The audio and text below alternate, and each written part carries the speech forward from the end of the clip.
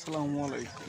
Hello বন্ধুরা, চলে আসলাম আজকে ছুটির দিনে বিলোনিয়া বর্ডার সীমান্তবর্তী এলাকা আগরতলা সীমানায় ত্রিপুরা রাজ্যের পাশেই আমরা সব কলিগ মিলে ঘুরতে চলে আসলাম।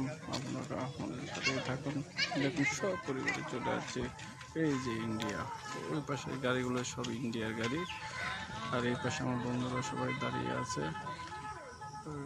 এই পাশে এই যে আমার ফ্যামিলি। আলভি,